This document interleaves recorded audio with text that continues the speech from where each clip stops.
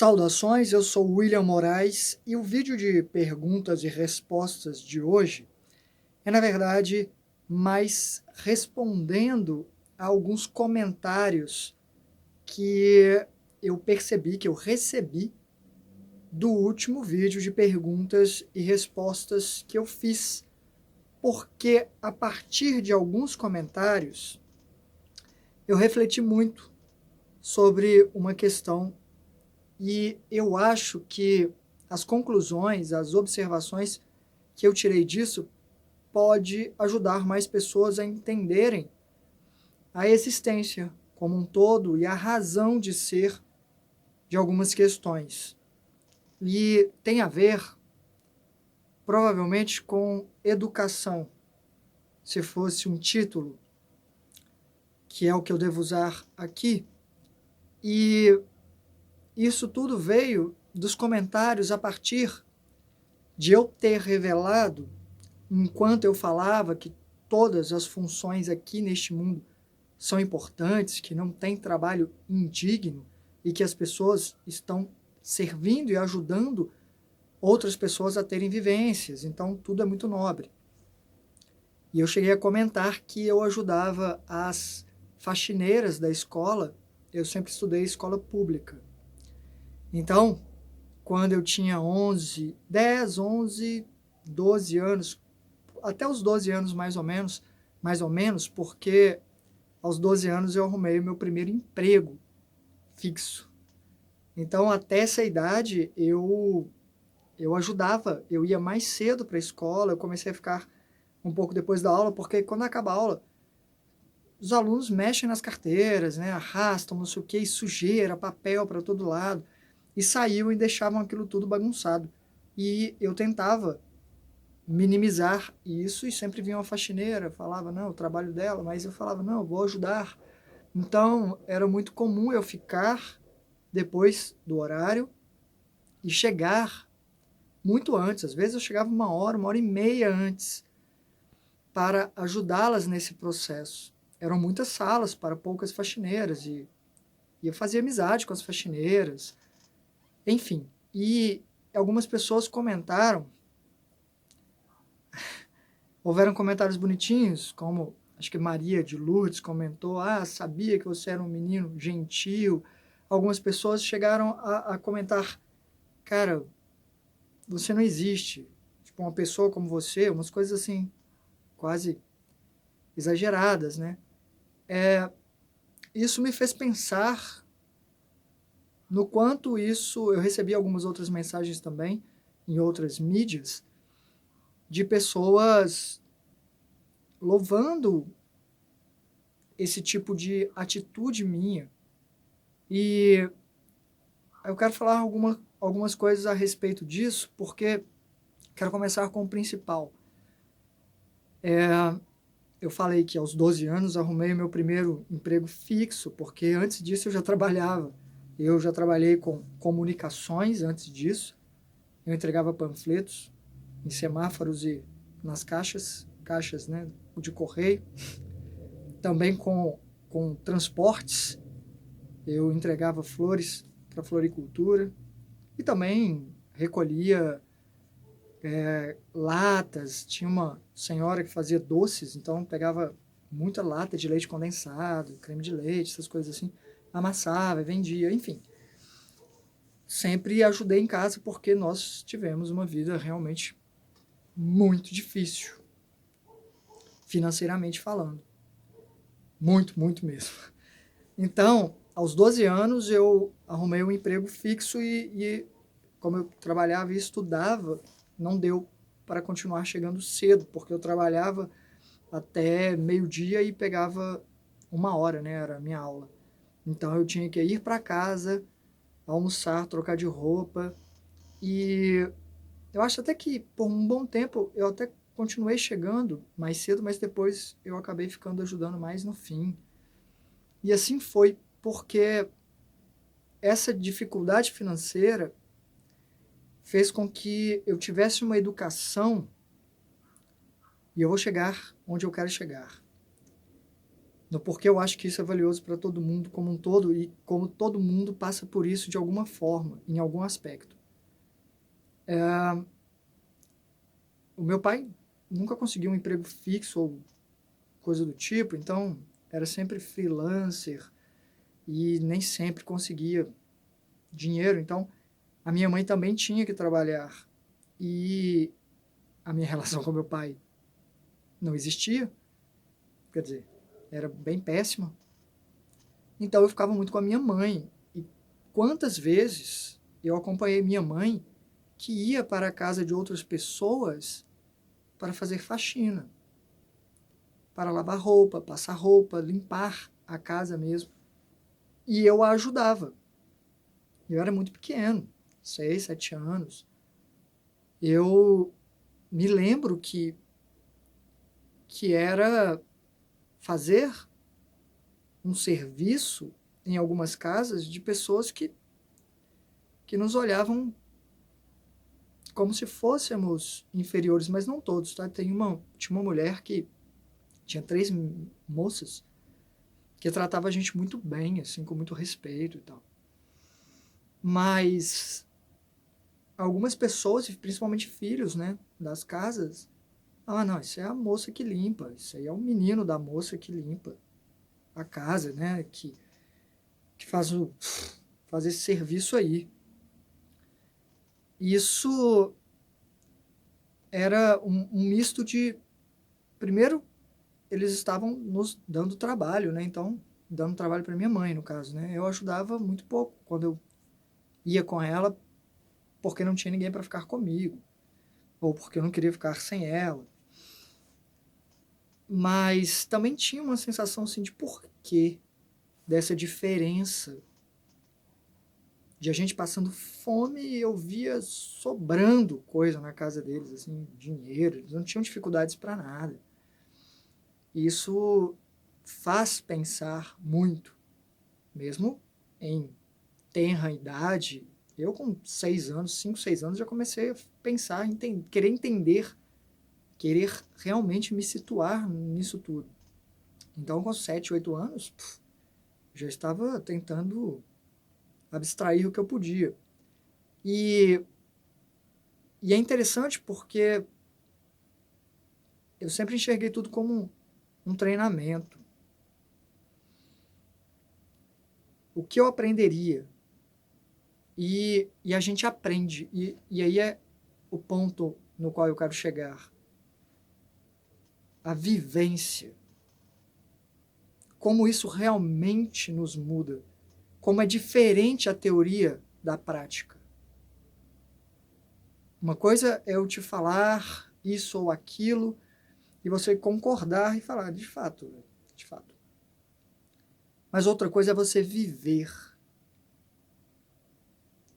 Não tem como eu não querer, por exemplo, ajudar pessoas. E são cordialidades, assim, às vezes, está passando uma passarela, tem uma senhora de idade um pouco mais avançada carregando peso, e eu vim lá do outro lado, e ela está indo para aquele lado. Falta pouco para eu descer, sabe? Me oferecer para, olha, quer ajuda? Para onde você está indo? Ponto de ônibus lá? Eu te acompanho, levo. Porque eu tenho essa força para compartilhar agora. Então, assim, isso tudo muda realmente a gente e faz com que a coisa seja internalizada. É um tipo de observação na vivência que é uma constatação. Então, trazendo aqui um paralelo para a existência como um todo.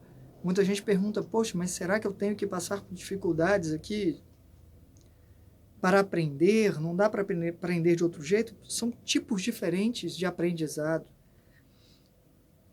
Suponhamos que você faz mal para alguém em outra vida.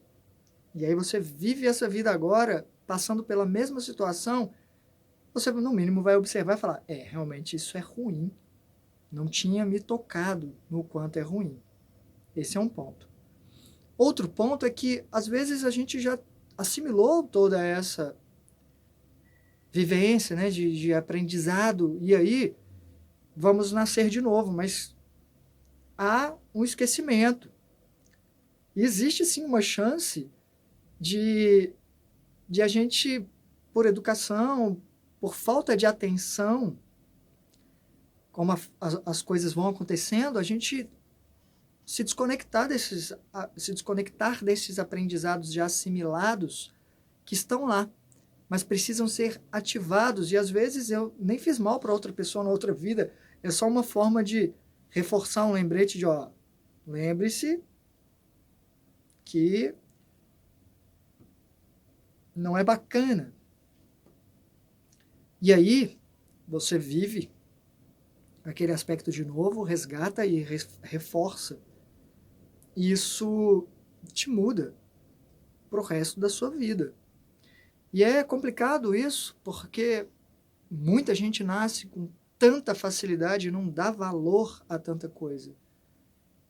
Essa questão, essa dinâmica do valor, eu fico até um tantinho preocupado, assim, porque a minha sobrinha, a gente faz de tudo para que ela tenha uma infância que a gente não teve. Então, para ela é tudo lindo, festa. Mas quando sai um pouquinho do que ela quer, do que ela deseja, do que ela anseia, do que ela abre o, o berro, né? Ela chora e tal, faz todo um drama. E tudo bem, a gente trata como natural porque ela quer, ela atende e deixa dar vazão. Mas ceder é mais complicado. Então, toda vez que a gente vai a um parque perto da minha casa, que tem balanço, tem escorregador, aquelas coisas todas. Quando ela vai sair é só com choro. Mesmo que a gente combine antes, ela chora e a gente fala, pode chorar. Pode dar vazão a isso. É ruim ter que despedir mesmo, né, do que tá bom, mas foi bom, não foi? Depois a gente volta, então tenta dar essas dicas assim. Mas a facilidade, o acesso a tudo, a coisas que tornam tudo mais prático, o costume em tudo na mão, tudo funcionando, e do bom e do melhor. Por exemplo, minha sobrinha tem uma alimentação que eu não tive, mesmo. Iogurte, eu fui conhecer, eu já era grande, na casa de primo, que tinha e me ofereceu. Leite não existia. A gente teve uma época que tinha um programa social que dava leite de soja em pó, né? Aquele que você mistura e tal. Eu adorava, porque, putz, sabor de banana lá. Então, era basicamente isso. A gente tinha... Hoje as crianças escolhem, você pode escolher. Ah, eu quero isso, não quero aquilo, pelo sabor, quase tudo. E a gente comia o que tinha. Quantas e quantas vezes a comida que a gente tinha num dia, às vezes uma refeição era fubá, que você misturava um pouco de água, assim, e sal, e ficava mexendo ali até virar umas bolinhas. E comia aquilo, que a gente chamava de suadinho, eu não sei. Enfim, virava umas bolinhas, nem sei se eu consigo fazer isso hoje em dia, mas era meio louco. Minha mãe que fazia, assim, o negócio pra gente. Mas era o que tinha pra gente comer, e a fome que a gente sentia não era fome do intervalo de uma comida para outra. Às vezes não tinha o que comer durante o dia todo. Era uma refeição, no máximo duas, e às vezes repetida. Então, a mesma coisa, né? Então, isso é complicado porque é uma chance que você tem de resvalar para a indignação e raiva e falar, vou virar um ladrão, pô, tá sobrando ali, eu vou... Isso começa a escolher, né? E até julgar quem merece ser roubado ou não. Ou você abstrair um aprendizado de valorizar quando você consegue algo, quando você conquista algo, e por mérito de trabalho, né? Da questão, talvez, da humildade de reconhecer que precisa de ajuda de outro, que eu sempre vi isso. Todos os meus empregadores, para mim, sempre na minha cabeça, pelo menos até uns 12 anos lá que eu arrumei o primeiro emprego, né? 14 anos, foi mais para me ajudar. Acho que foi para me dar uma oportunidade e eu agradecia, né, com o trabalho que eles ofereciam, eu abraçava aquilo ali. Então, isso tudo eu trouxe para vocês porque assim, eu fiquei um pouco perplexo com tanto de mensagem que eu recebi em vários formatos, de pessoas admiradas com a minha postura.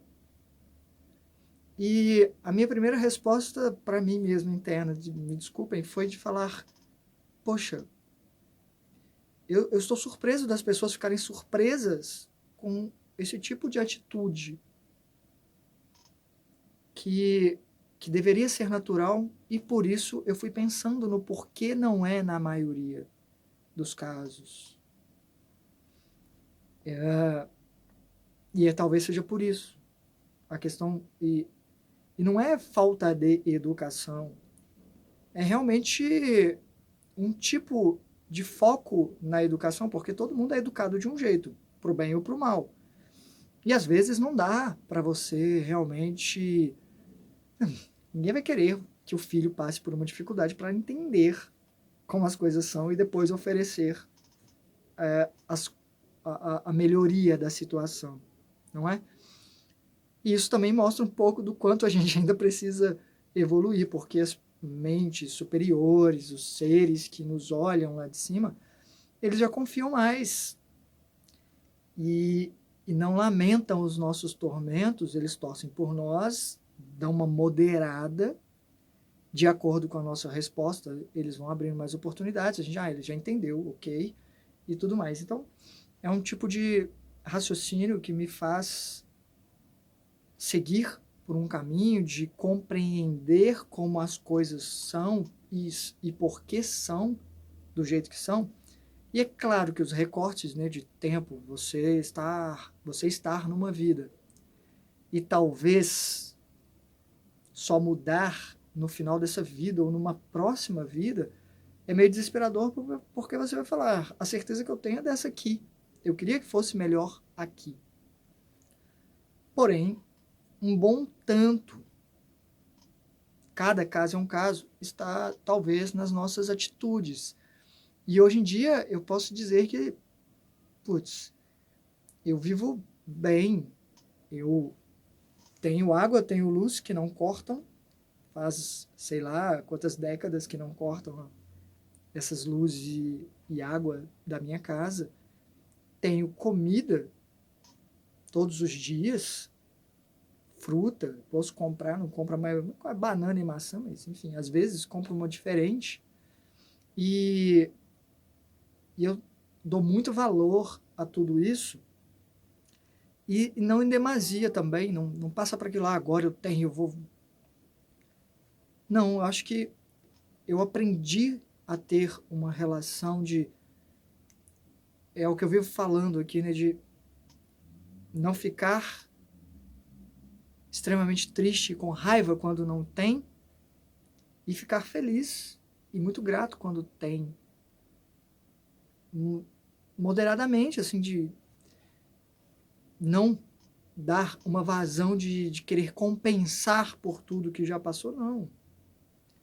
Isso tudo aconteceu em outro momento. O momento agora é esse, e também não me perder nisso, de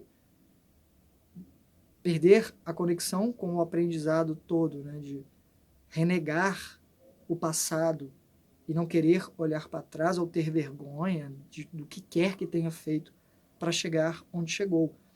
E eu sei que cada um dá o máximo de si.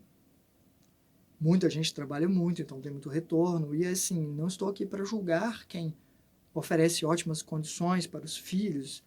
Acho que até por isso que eu não tenho filho também, porque eu não sei se eu seria um bom tutor, mestre, pai, porque é difícil achar ali. Então, eu tento considerar, confiar também que a vida, ela sabe quem precisa nascer onde e sob quais condições e por quê. Então, tem isso também. Cada um está onde tem que estar dentro das condições que está. Talvez até para aprender a olhar para fora dessa condição, tendo nascido dentro dessa condição. Se eu fosse pai, talvez eu ficasse um pouco perdido, querendo ser exato no que eu precisava ser, e talvez eu acabasse não sendo. Eu tenho esse receio de perder a naturalidade, ou que a minha naturalidade não seja tão positiva e eu seja usado como um instrumento da vida para ensinar algo contrário para o filho. Enfim, são raciocínios que eu trouxe aqui para vocês e que espero que tenha sido válido. E a pergunta, talvez, que defina tudo isso é: por que existe tantas diferenças de vivências e o que, como podemos aprender com elas, além de a diferença da prática para a teoria. Seria muito válido que houvessem vivências proporcionadas por quem pode para pessoas que nem olharam para aquele lado de certas questões. Levá-las para visitar, sabe, visitar, de repente, um asilo, né, um lugar onde tem velhos, coisa que eu já fiz quando mais novo. E, sabe, essas vivências de ver as pessoas em outras situações e olhar para elas com outros olhos. Talvez até um diálogo mesmo, de conversar. Tem uma tirinha muito bonitinha, né, que o menino fala, tem um caminhão de lixo, né, de recolher lixo, lixeiro passando, e um homem pendurado, e aí a criança fala: olha, pai, o homem do lixo. E o pai corrige: não, filho, ele é o homem da limpeza. Nós somos os homens do lixo. E essa coisa de olhar para o outro, de dar um bom dia, dar uma boa tarde, boa noite, quando tem alguém na sua rua capinando, né, fazendo aquela limpeza urbana, oferecer água, algumas coisas assim.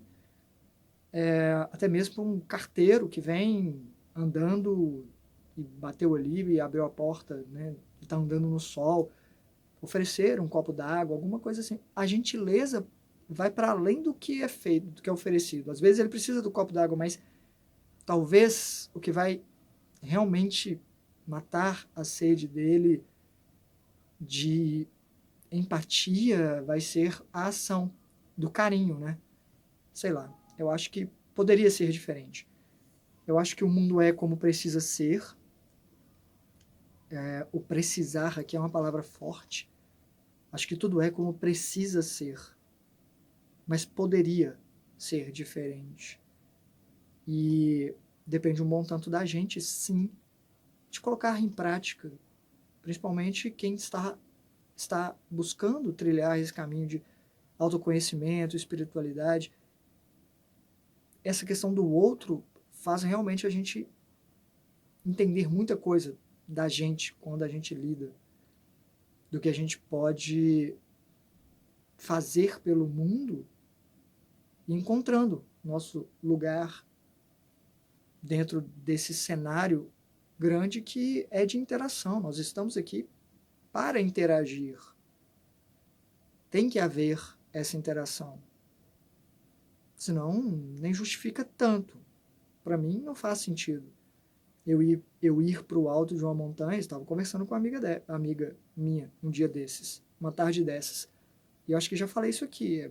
É uma situação muito peculiar você querer alcançar a iluminação, ir para o alto de uma montanha, viver num lugar plenamente focado nisso, onde todo mundo está, né? E distante do máximo de pessoas possível, ou de um certo tipo de pessoa, porque todo mundo tem que estar exatamente alinhado com aqueles preceitos ali e códigos de conduta. Mas quando tem a mistura, e eu acho que aqui muito é para isso, aí é que nossas verdades eclodem. Claro, cada um tem seu momento de encarar as verdades, mas cedo ou tarde nós temos que encarar. Então eu prefiro cedo, porque tarde geralmente é em situações bem mais apertadas. E aí é mais difícil. E olha que fácil não é de jeito nenhum. Então, quanto menos difícil, menos pior. Muito obrigado por sua atenção. Vamos conversando pelos comentários.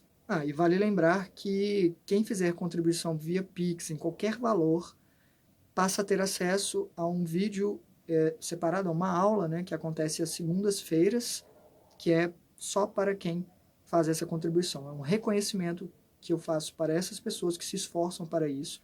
Então, são 3 vídeos no canal por semana, 2 abertos, né, quarta e sábado, e as segundas-feiras é mais interativo e acaba sendo também com algumas práticas, mas contribuição em qualquer valor dá acesso a tudo que a gente já conversou antes, que fica tudo gravado, e o que vai vir. E estou falando isso porque é importantíssimo deixar o seu e-mail de contato. Na semana passada eu vi de uma moça que não estava no meu catálogo aqui de e-mails, né? E eu acho que tem muita gente que está colaborando, vendo vídeos antigos, quando eu fazia sorteio.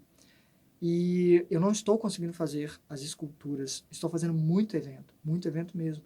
Acho que vocês estão acompanhando aí, né? E aí fica mais apertado e o fato de eu estar dando aulas, eu favoreço todo mundo que está contribuindo.